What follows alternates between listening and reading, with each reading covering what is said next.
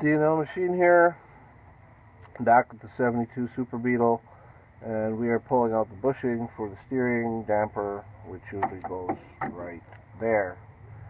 Here we've got our setup, and I'm just grabbing this upper pusher nut with my hand because there's very little resistance right now, and I think this might be pulled out.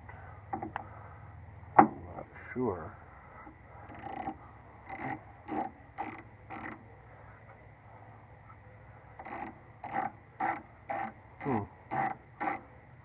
See if we can get it out. Ah, great. Well, the inner steel sleeve came out, as you can see, but the rubber is left inside the arm right there.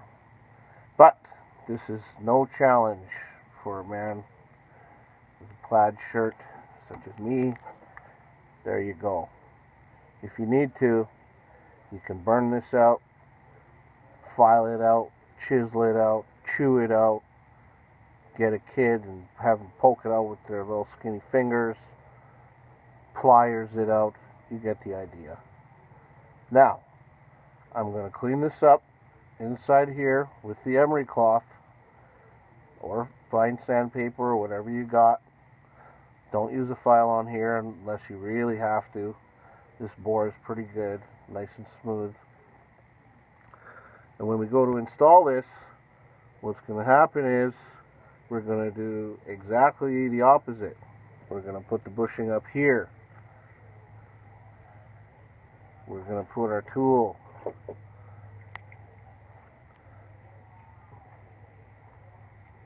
handy tool. We're going to stick our tool through there. The bushing is going to be on top of the bolt, which I'm going to take these washers out for more reach. Right, it's going to go like that. This is going to stick through the bushing, and then as we crank the nut down, it is going to suck the bushing into the bore. Easy peasy. Handy tools, the way to go. No fancy crap pullers. No none of that stuff.